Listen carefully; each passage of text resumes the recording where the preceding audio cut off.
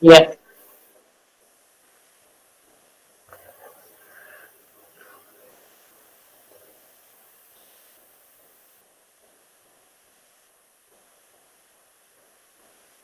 It is showing still waiting.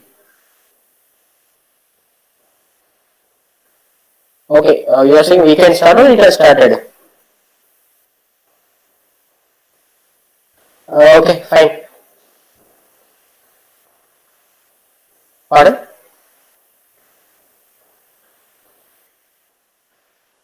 Okay, fine.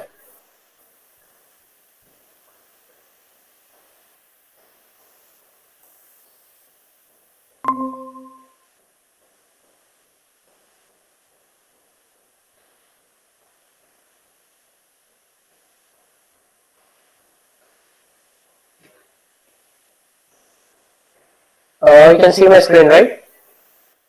Okay, fine. Uh, just give me a minute. So we have gone live, right? Or we are ready to go live? Okay. The link is the one which you sent in the morning, right? Okay, fine. Okay, got it. Okay, fine. Uh, Good evening to everyone. I hope every one of you are safe and sound in the event of global pandemic. So today we are here before you to discuss about career in IT industry. I know many of engineering graduates who are passing out this year and who are passed out previous year have huge number of doubts regarding how to get a job or which field to get a job. So regarding that, I'll be taking the session today's session, and this is Sai Muda, and I'm a founder of Spanav Private Limited. So yeah, hi, my name is Sai Muda, and I'm a founder of Spanav Private Limited. So in today's session, we'll just focus on what are the different types of job roles in the industry and what are the technologies you require to learn in order to crack a job in that particular job role. So let's start our session today. So yeah, so to understand what are the different kind of jobs in the industry, you need to understand the pyramid of the development. So this is a pyramid of a development cycle. You know, what are the different stages involved, different roles involved in a web project. This is an example of a web application project. So as soon as you get a client project, the project is first taken to a UI and UX designers. So what they do is, based on the requirement, they create a prototype using Adobe XD. So and then that prototype is converted into a static web page, HTML and CSS, etc. So that is used to create a static web page. So that is done under a UI and UX segment, UI and UX segment. Then once you create a dynamic page, once you create a static page, those static pages are converted into dynamic pages in the front end segment using Angular, React, and Vue.js. Though, so now the static pages are converted into dynamic pages. Use and now every client has their own algorithms to be written. So those algorithms are written in business logic segment. Now once everything is done, the front part, the business logic is done. Now that goes to the web services part. Now what do I mean by web services? Let's for example, you have let's say you have Redbus app, you have Paytm also, we have Abibus. Now using all these apps, you can book a bus seat in XYZ bus. Now let us assume that there is a bus from Ongole to some XYZ Guntur. Now I'm booking a bus seat in one near one window. So I can book it from Redbus, I can book it from Paytm, and I can book it from any one of them. So let's say I'm booking it from Redbus.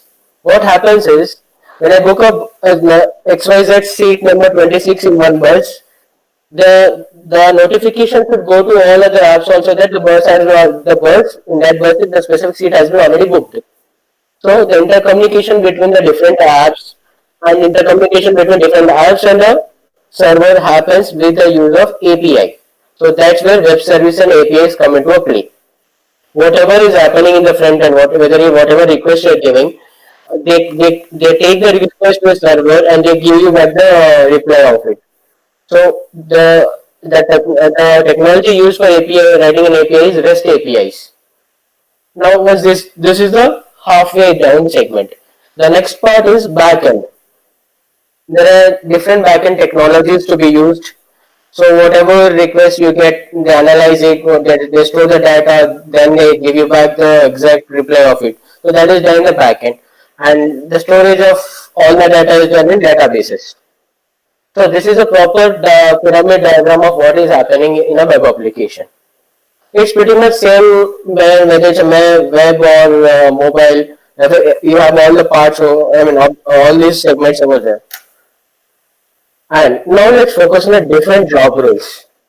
We always have a confusion that what are the various job roles available. So these are the few different job roles for the freshers. There are even more which we haven't charted down. There are around 30 plus different job roles.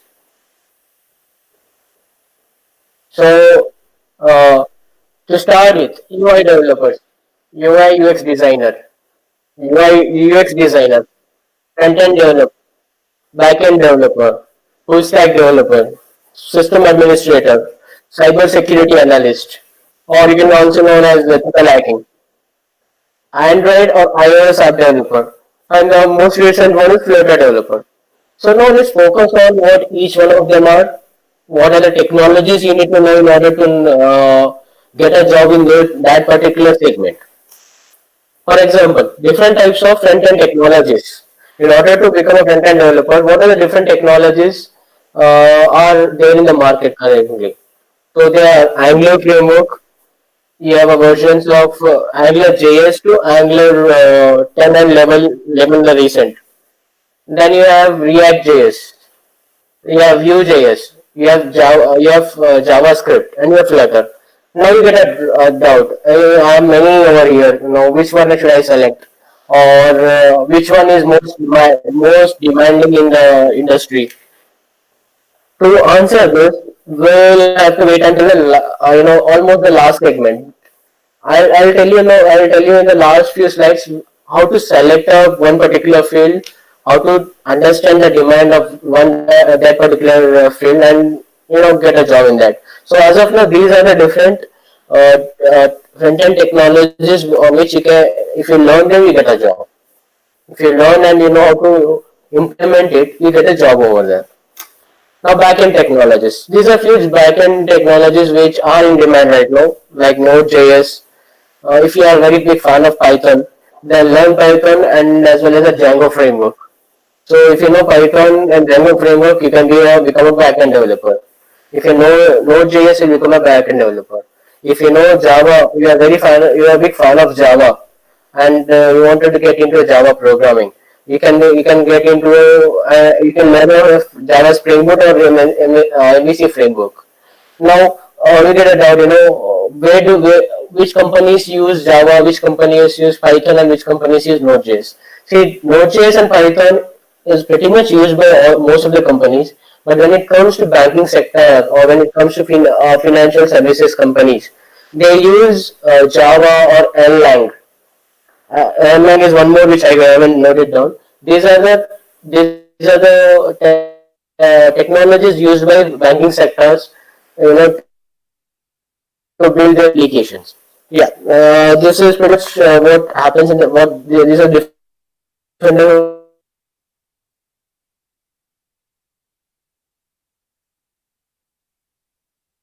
banking technologies which are available in the industry. Let's which you do for become a UI development of front end. I just wanted to first get my hands on experience on the static pages. UI developer is nothing but he develops a static page. So to become a UI developer, you need to know HTML5, CSS3, Bootstrap, JavaScript, a bit of experience on Adobe Illustrator. At the same time, Ajax and jQuery also. And yes, so this is pretty much what you need to know in order to get a job in the sector of to get a job, crack a job role of UI developer, no UX developer. Many of you, as you know, have an assumption that I'm not good at coding. I hate coding, or I don't want to sit hours together before a system and type lines of code. In that case, if you're really good in design, it's a specialty of you guys. They know the magic of colors. So UX developer or UX designer is nothing but a person who knows the combination of colors, a person who can create logo, a person who can create a design, a first look for a whole website is nothing but UX developer or designer. So what do you know? What are the things which you should know? Is Photoshop, Illustrator, Adobe XD.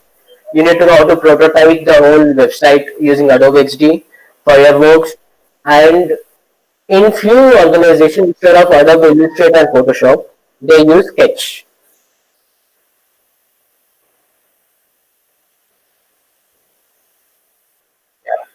Uh, so now the big question comes to full stacks. There are huge number of options in full stacks.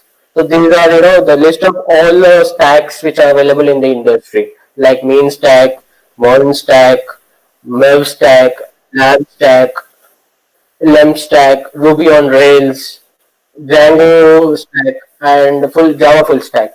So I'll let you now we'll get into the more details of what are the different technologies involved in each of those stacks, so that we can become a full stack developer. It's a hard journey to become a full stack developer because there are many things you have to learn. But if you're really if you're really capable to learn a full stack developer, then you have a very good salary in the industry. Let's say main stack. Main stack stands for MongoDB. It's a no SQL segment is nothing but MongoDB. It's a backend database. Then you have Express.js, AngularJS, and Node.js. These are the technologies which you have to know to become a main stack developer, who is nothing but a form of full stack developer. So apart from that, what do you need to know? You need to know as usual HTML5, CSS3, Bootstrap, and Angular material. Also, since you are a full stack developer, you need to know how to generate an API. So that is known as REST APIs. And as usual, out of XML Illustrator, if because you're a full stack developer, you have to do the whole project management. You have to know how to create a project and how to complete a project. So you're a jack of all trades. Now, Mon stack. Now, when you get into Mon stack, in Stack again, M stands for MongoDB, E stands for Express.js, R stands for React.js, and Node.js. So it's a different. These are the different technologies involved, and as usual, the additional skill set remains the same. So this is another stack. Now Mev stack.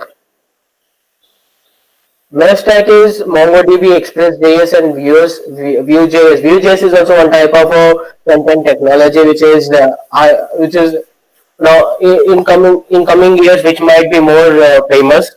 It has a good number of response now, but in the future, coming years, we can see many more companies using Vue.js. And the additional skill set remains the same for this also. Now, LAMP stack. If you're a big fan of Linux operating system, and if you're crazy about it, about Linux servers and all, this is your stack. This uses JavaScript, Linux, Apache server, and PHP and MySQL. PHP to the backend, server scripting. So this is a hardcore, and only a few companies use it. So, and these are the additional skill set. It remains the same for most of the stacks. Now, lib stack. Here, You have JavaScript, Linux, and you have MySQL and PHP. It's another form of a stack where you can use this technology to build a whole website, which is not high in demand, but there are few companies which use this also. Now Ruby on Rails. It has its Ruby on Rails has its own features. Every stack has its own features. Like in Ruby on Rails, Ruby is dynamic programming. Rails is a framework. Ruby is a programming language over here. So Ruby has its own advanced pros and cons. So for Ruby on Rails stack, you have Ruby, MySQL, and Rails. Rails is a framework, and additional skill set is different. The Django stack. Now, as in the recent years, we can see many guys are into Python. They're learning Python for data science, so you call for machine learning, or maybe to become a backend developer. So you need to know Django. You need to know the Django framework, how does it renders the data, how it manages the data. So for the Django stack, you can use React.js or Angular in the front end, Python and the Django framework, and as a database you can use MySQL or MongoDB. It's of your choice, and the additional skill set remain the same accordingly. The Java full stack. It is mostly used in the banking and financial services sector, as I told you earlier, and it mostly consists of React or AngularJS. Java. In Java, you have Java Spring Boot, Hibernate, or Spring MVC. These are the different frameworks using which where you do a Java programming. Framework is nothing but the interface between your programming and the database.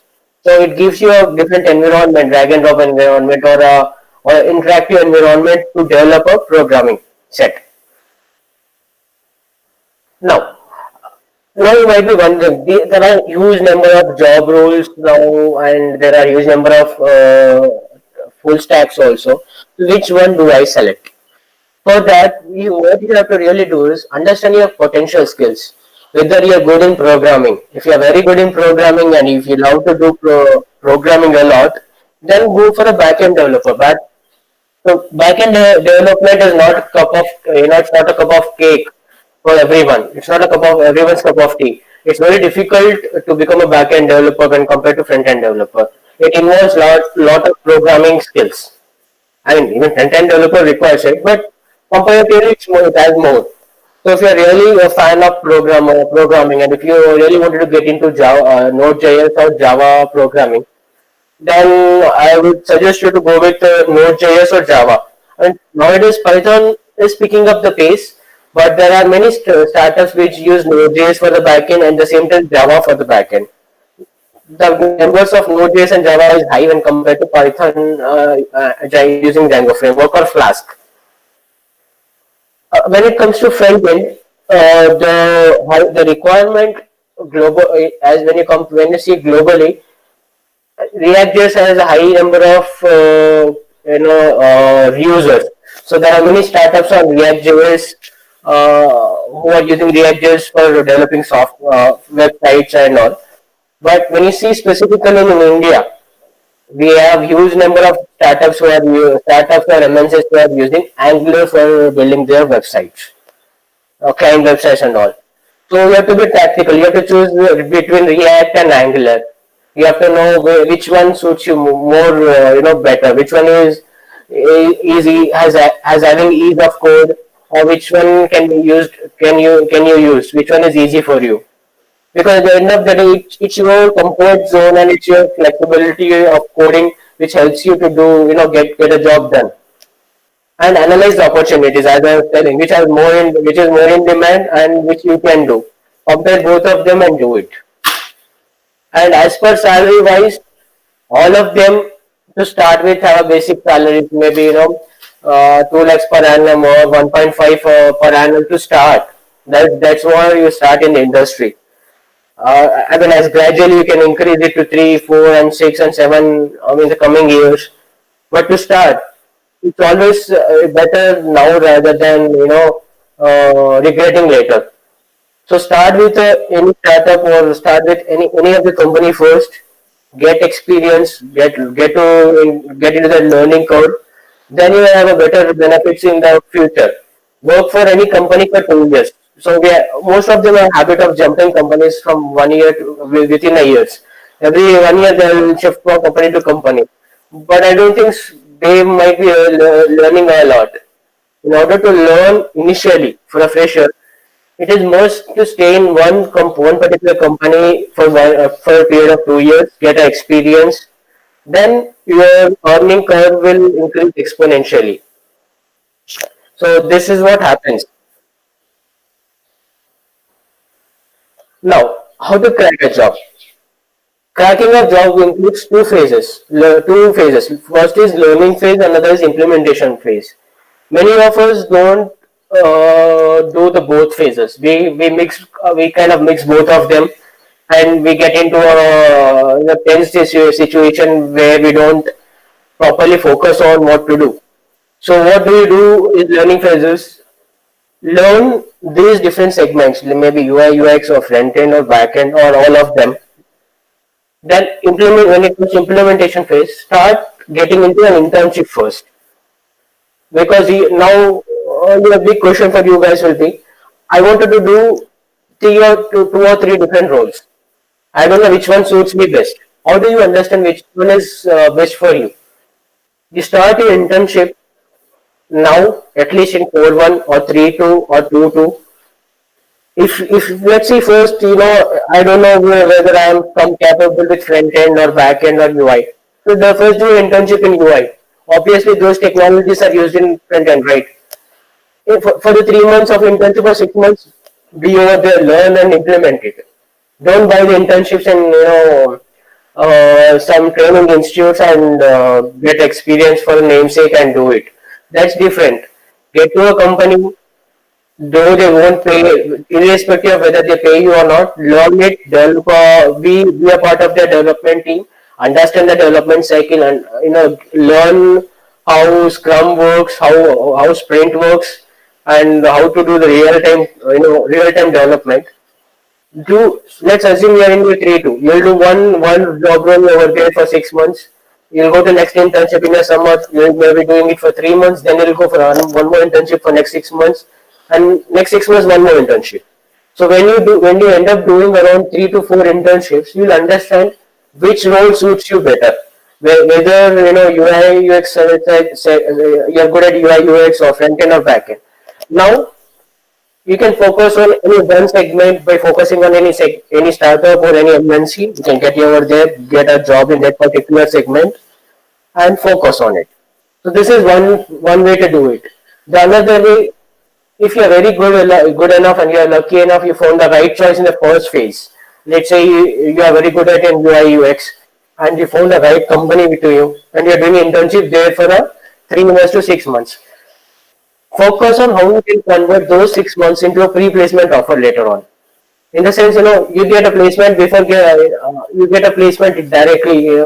The company which you are working with will give you a placement offer. Very okay as internship. So that's a pre-placement offer. Or if that's not possible, shift to another company and look for employment. So this is how you plan your career. This is how you have to focus on what's better for your career right from your second year. Just let's say we enjoyed 4 years of engineering. Now to do what? Do at least if you're in your 4-1 or if you're in a 4-2, start focusing now. Understand which I mean you understand which suits you better. Start checking documentation of each of these courses. Understand it, read pros and cons. You'll find something interesting. So start learning it, implement it, get into an internship, 3 months internship. Maybe you might start your career 6 months later or 1 year later when compared to your friend. But at the end of at the end of this 2 years from now, you will be more successful. The point of doing job is to be having a job satisfaction. It's not about earning money or earning packages. You might earn salaries lakhs together, but if you're not having a job satisfaction, you end up what do you do after let's say after 5 years or 6 years? you either end up dead or you get into a depression area, or you just stop doing a job and shift your career. So that should not happen. Though you start slow, start in the right direction, do all the experiments with your career, because it's a career. It's not some business deal to do. Like I get 5 lakhs package, I will do whatever you do. It's not don't focus on the salary now. Focus on what you're learning now. Learning now. Slowly you can earn. So that's what I suggest all the freshers to first, because they always are focused about their salary XYZ. So if you're getting a right company, bigger salary, no issues. But if you're only running off backup salary and ready to do whatever they say, I don't think so you're doing the right part. So with this, I would conclude my session. Yeah.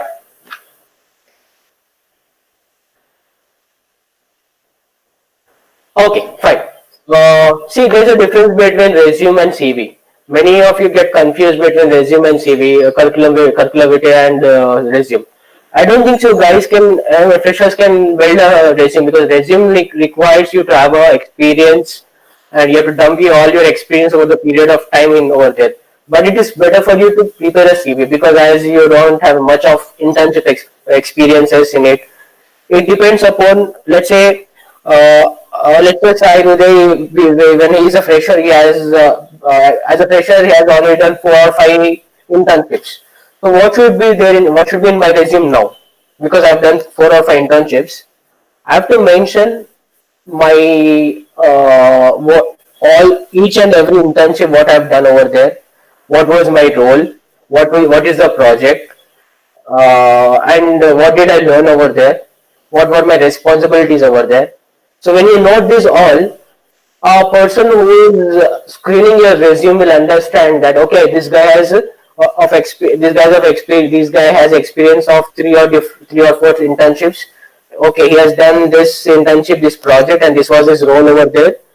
This is what has to be there in your resume. I see most of you will dump your college projects, and you pretty much don't have anything else to talk. Fine. Let's say worst case scenarios, you have not done any internship, etc., etc. Now, what should be in your resume? Mention your name, mention what are your interests, and also mention what is your college project, what were the college projects you have done. While mentioning your college project, please don't keep your title, your role, your just project statement, and throw it off. Keep your title, keep what was your role, what is the keep a project explanation, what is your project all about, what is your role in it, what are the implementations which you have done, what is the future scope of it, how much time, what was the duration for the project. So you have to mention these things. These things will help our recruiter understand this guy has some common sense when compared to others. Then you mention, what are your further future interests. I mean, let's say you have written a paper, you have written a paper on AI or ML. So if you have written any papers or journals, IEEE paper and all, mention into which stream it was, what was the title of it, what did you propose over there. So resume is nothing but it's like your Instagram profile or LinkedIn profile. The better you present it, the better you get a chance. In the same way, don't keep some things which you don't know. I have seen many freshers, they put, I know blockchain, I know AI, etc., etc. If you know it 100%, only then keep it in your resume, or just mention that you are learning it, or I have done some certification in introduction to blockchain or introduction to AI. Don't say that I have done certification in AI. It means you know it. You know at least if I say 100% of AI, you know at least 70 to 80%. So then a technical guy or a technical recruiter will ask you questions on that. As usual, since you're a fresher and you have put it to impress people, you end up losing your option. I've seen many guys keeping a blockchain with all the knowledge of its definition. Please don't keep something of that kind. Don't never do that kind of things. If you know it, if you know something completely, keep it. If you don't know it, just mention that you are learning it or you are into the introduction part. And also mention the certifications which you have done. Don't say you have done certifications from XYZ area which is not at all known to anyone. If you mention that you have done some certification, they'll ask you on it, what did you learn over there? Be ready to explain it. Whatever is there on your resume, you have to explain it. And one more major part, which I'll complete with this question is objective. I've seen people writing big, lines over there in that. Whenever writing the objective, your career objective in your resume, it should suit the company which you are writing first thing. And if I ask you what is your career objective, you should remember it to tell. Don't write lines of your poetry over there. And when someone asks you what's your career objective, you end up not telling it. It looks that you have written it for a namesake. So whenever you're writing career objective, make it only one line or one sentence or two sentences, and remember it. If someone asks you what's your career objective, don't end up saying no. Don't end up saying something else which is not there in your resume. Okay, then. Any more questions for me?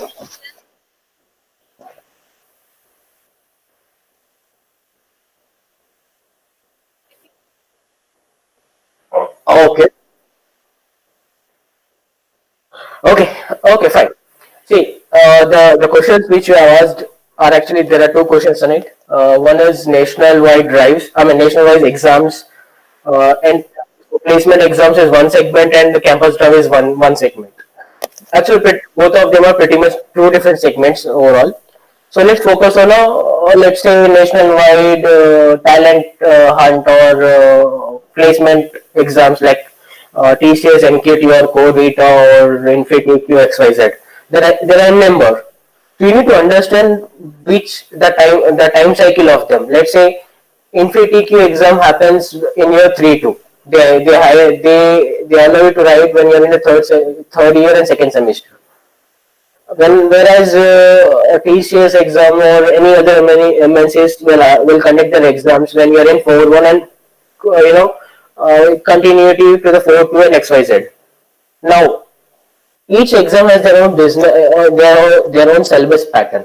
But in a overall, should to sum up, what I have observed in their pattern is they will ask you the fundamentals of C. It's not whether you know for loop or XYZ. We always end up learning coding for the purpose of marks or just to get through the lab. But where do you use for loop? Where do you use while loop? In which scenario do you use? We never learn programming in the scenarios perspective. We never focus on case studies. So what do these guys do? The questions mostly focus on the fundamentals of C and design analysis of algorithm. Like there are different algorithms, algorithm techniques like divide and conquer, greedy, dynamic, recursive, and yeah, there are backtracking. So these are different techniques, different algorithms based on which you have different sorting and searching techniques again. So you need to know fundamentals of C, a design analysis of algorithm, the subject which many of us will either sleep in class or forget it. And the major part is data structure.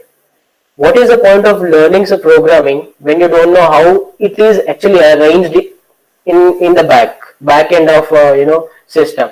When I say int a is equal to 10, what's happening in the back end? How the value of 10 is getting assigned to a? Where is it getting stored? In which form? Stack or queue or heap?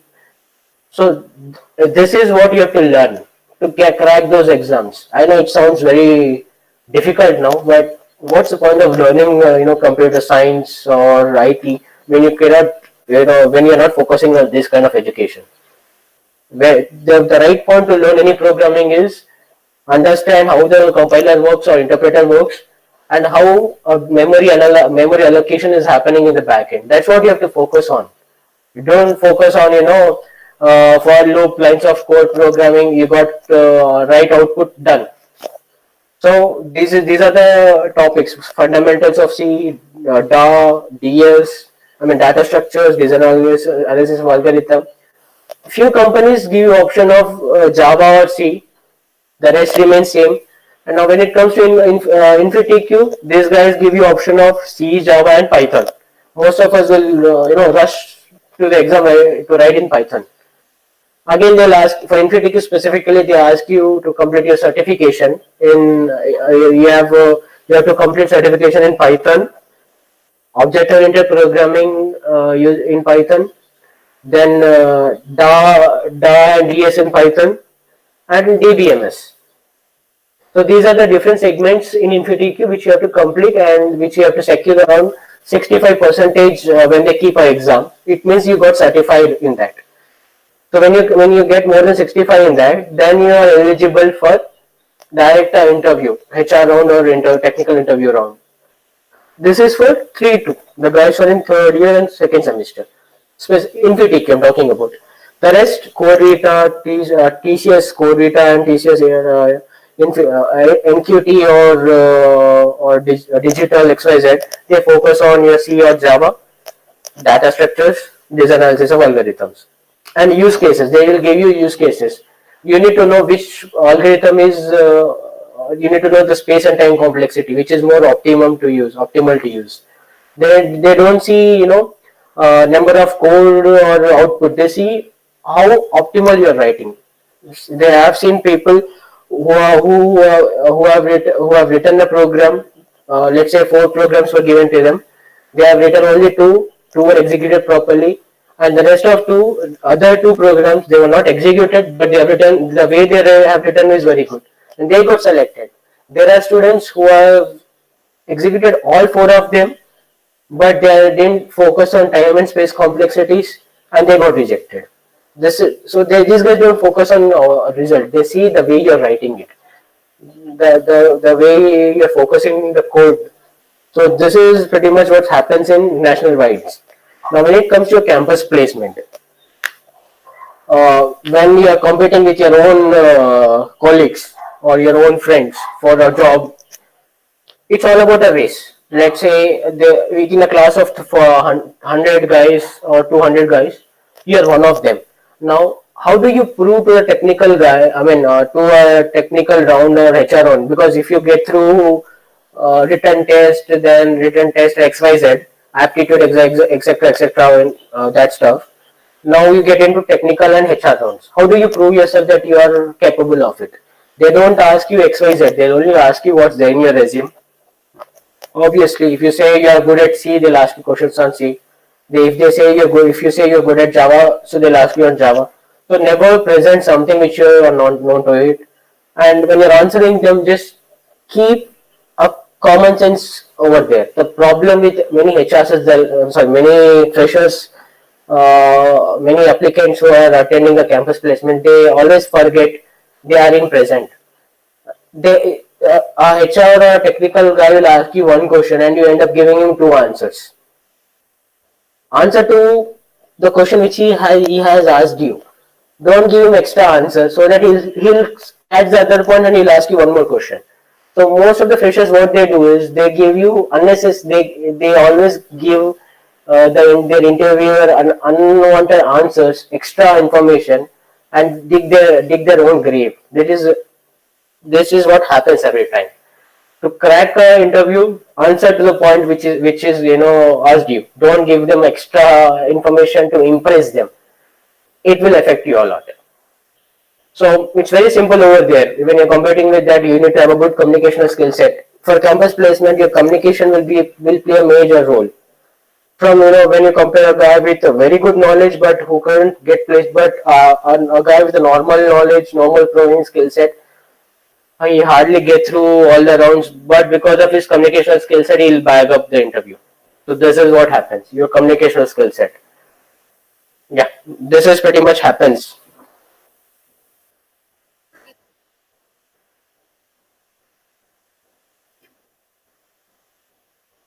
See, I never say that the one programming language is not useful. I told you there are n number of things which you can do with different technologies.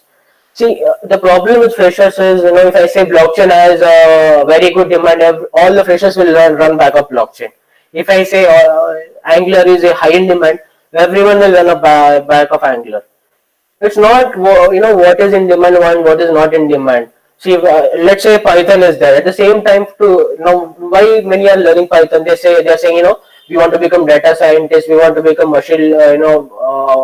We want to get into the segment of machine learning and AI. Do you think that Python is the only programming language available there? Absolutely no. Now currently now Go programming is used a lot. Go language is used a lot. Now what do you do? If you'll throw Python back and you'll jump on Go, Go programming language is used to develop machine learning and AI. That is what which is used. Even in blockchain, they are using Go programming. Now, for that, to say frankly, more frankly, if you are focusing on statistical analysis as a data scientist, I will absolutely not go with Python. I'll go with R language. So, in order to learn something, understand where it is used. If you're learning Python to using Java, using Django framework to become a backend developer, fine, that sounds good. Don't just learn Python for namesake. And I know again these guys will learn Python in a haphazard manner. They don't know what's happening in the memory management, how memory is getting allocated, what's happening in the Python's interpreter. When you're learning something, dig deep. And one more thing which they were asking, how to get placed right. If you wanted to get placed, have some curiosity. That's a very simple trick to get placed. If you are curious enough, what is happening in the programming sector, in what is, if I give you, if you see an error, you need to be curious enough to find out why is it happening, why did I get that error, and what's the reason behind it. So if you don't have that kind of curiosity, I suggest you not to get into software field. Programming is all about curiosity. The more curious you are, the better you can perform in your career, the better opportunities you get. If you're not curious in your programming, or in your programming sense, or in your life, you're not suitable for this industry. If you wanted to be the best, earning in lakhs, starting from 10,000 to 15,000, if you want to get into a 1 lakh or 2 lakhs per annum, sorry, per month, if you wanted to get 1 to 2 lakhs per month, then you have to be more curious in life, or curious in programming sense at least. So curiosity is a key ability which you have to see whether you have in yourself. You're not curious about what's happening in the programming. Let's say I give you a program. If you're not curious about how to make it more better than what I've given, then you're not suitable for you. Please leave the industry, go into some tech support, go into a BP, or go into marketing segment, or go somewhere else. I'm sorry to say, but this is what people in the industry expect from you. You have to be curious enough. If you're not curious enough how programming is happening, how to do something in more better manner, you don't have that kind of hunger in you, you're not suitable. Don't learn Python, don't learn anything, because what is the point of learning something on surface when you don't know exactly how it works? So, what as to answer the question, don't blindly follow. There are many programming languages. There are around 750 programming languages in this world used in different purposes, and Python is just one of them. Just because it got famous, it is since it was already, it was there in 1999, it was there in 1996, but you don't know Python was existed at that time. It got more famous because it was pushed by some XYZ company or XYZ development firm. Now somewhere tomorrow, someone else, some other programming language will come. Now I told you that Go is something which is booming up now. So just focus what is good for you, not just because someone else is learning. If you're learning Python to crack InfTQ exam, good. But even if you're a fresher and still you're learning Python without any external purpose, then I don't think you're going in the right direction.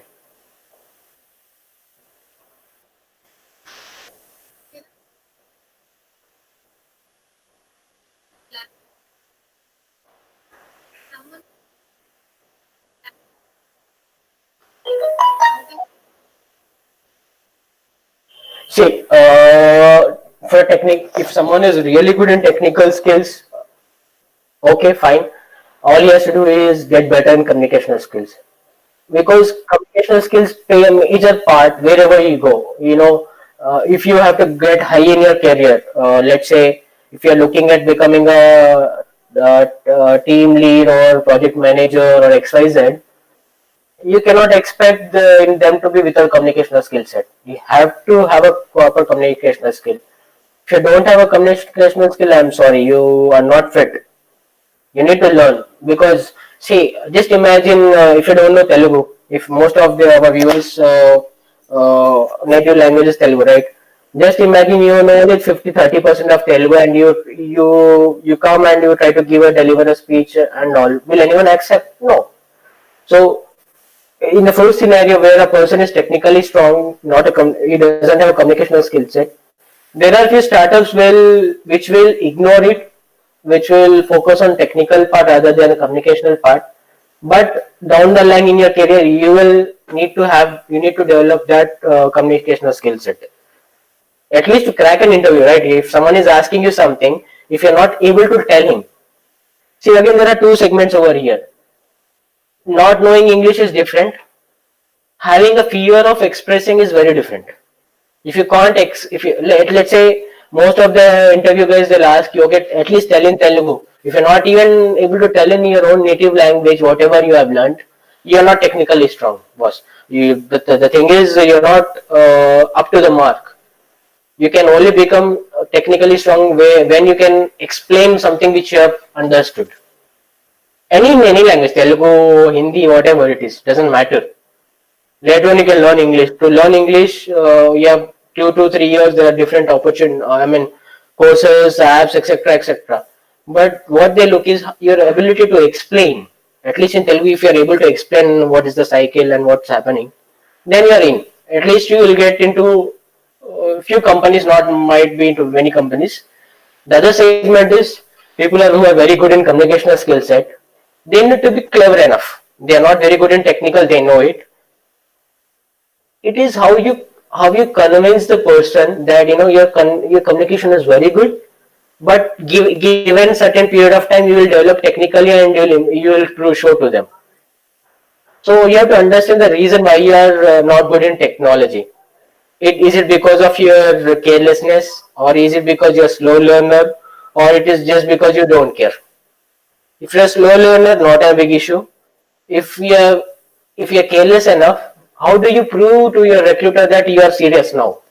Just because your parents are kicking you out of home after your BTech doesn't mean that you're careful enough. It means it just because of situation you are learning now. The same thing might happen in a company. Once you get placed, you are getting salary. You might you will you'll again become careless until the company kicks you out. So it's how you pitch yourself in the in the interview. If your communication is very good, you have to tell the reason why you couldn't focus on your technology part. Why you don't know technology? Maybe it might be your atmosphere, it might be something else. But you have to assure the person, you have to give assurance to the person that over a given period of time you will improve yourself and you can get a better output over there. So this is how you have to focus. You know what you're capable of, and you know why you are not selected. So you have to think of that, and you have to focus how to crack an interview. Yeah. Any more questions for me?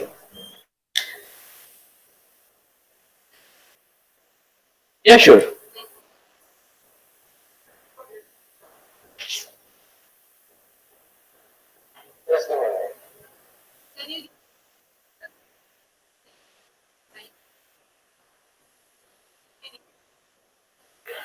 See, in PDQ, they have to focus on basics of Python, then DA using Python, then DS using Python, then database. So it's a long journey for them. They have to start right now. They have to, the problem with many is they see videos, they see XYZ, some stuff, and they learn programming. That's not how you learn programming. If you really want to learn a programming, get into a docs. I don't. Most of the students are not even familiar with that. Every programming language has its own manual. Whenever a programmer develops a programming or any software, they create a user manual for it. So in the same way, in Python Python website, official website, you have a documentation on Python. What are the different modules involved in it? Each and everything about that programming language is there in that document. So go through those documents, learn it, then compare those with few videos, then slowly get into textbooks. We never have a habit of learning focusing on textbooks. We all always want instant shortcuts. See, if I take a video tomorrow saying this is what I understood, it means what I understood out of reading some XYZ textbook. It doesn't mean it is exactly right, right?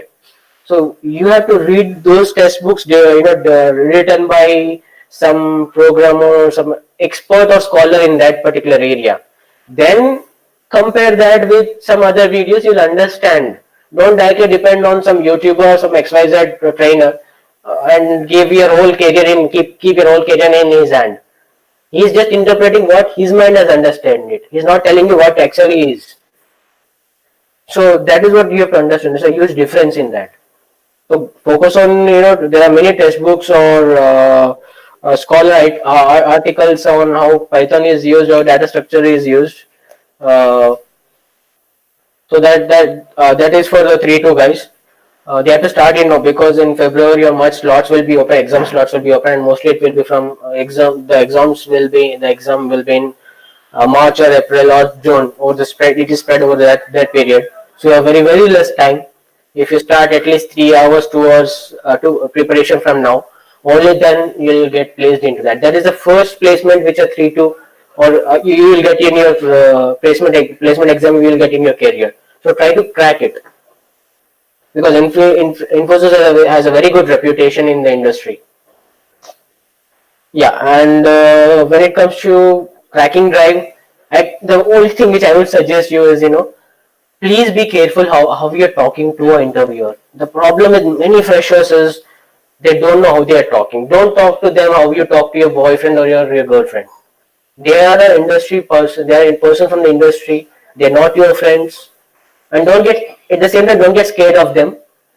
Just focus on what you're answering. What is the question they asked you? That's it. That is the only thing which you have to focus. Have some common sense. I've always seen, people answering some, bullshit which is not asked to them. They dig their own grave over there.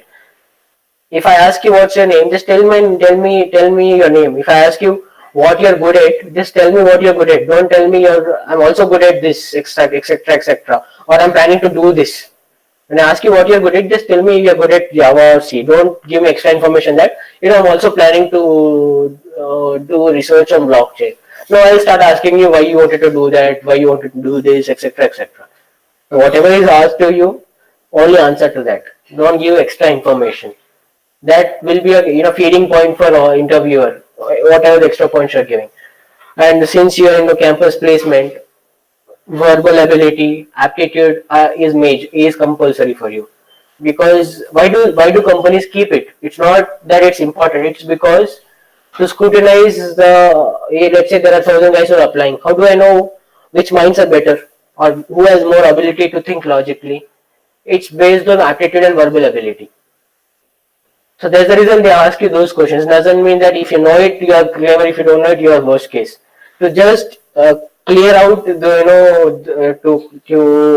nullify the unwanted people over there. Because when I say we are hiring, everyone the moment is not interested. They'll just come for a time pass. They'll just come for experience, interview experience, and the waste valuable time of an interviewer. So these are the segments. Become good in verbal ability and aptitude. Make your foundation strong. They won't ask you, dictionary. Difficult programs in your interview. They'll focus on fundamentals. If you are very good in your fundamentals, let's say you know how for loop works, you know how while how conditional statements, control statements, how data structure is organized. If you know these kind of fundamentals, you can crack any exam or any interview. Even if you're not good in communication, you'll at least tell in Telugu. Because you know it, explain it.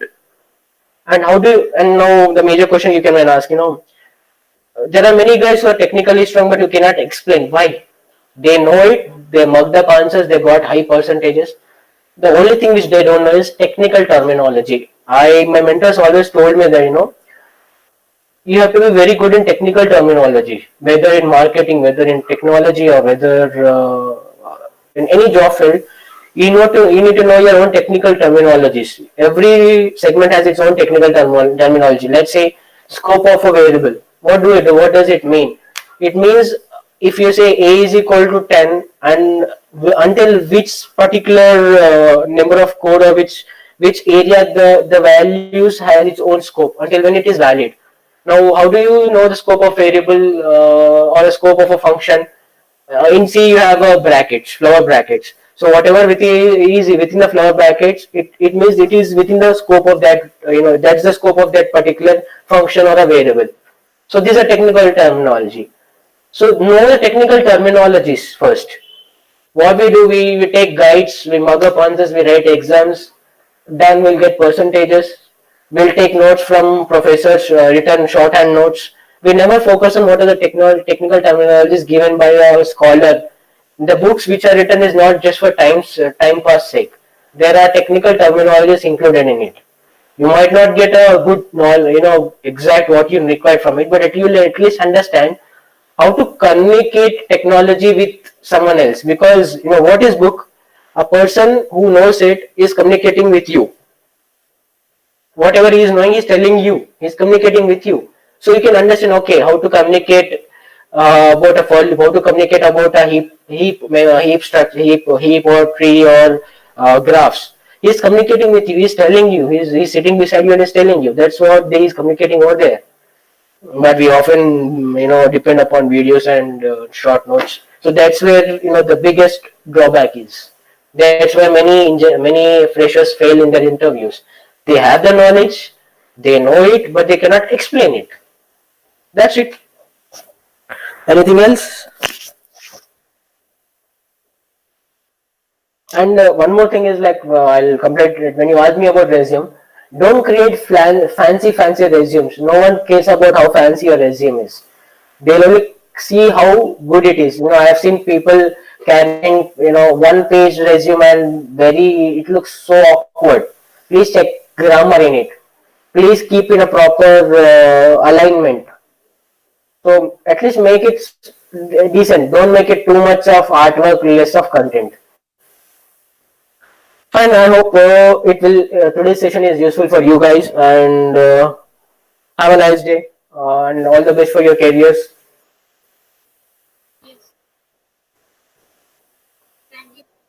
Yeah. Have a nice day, guys.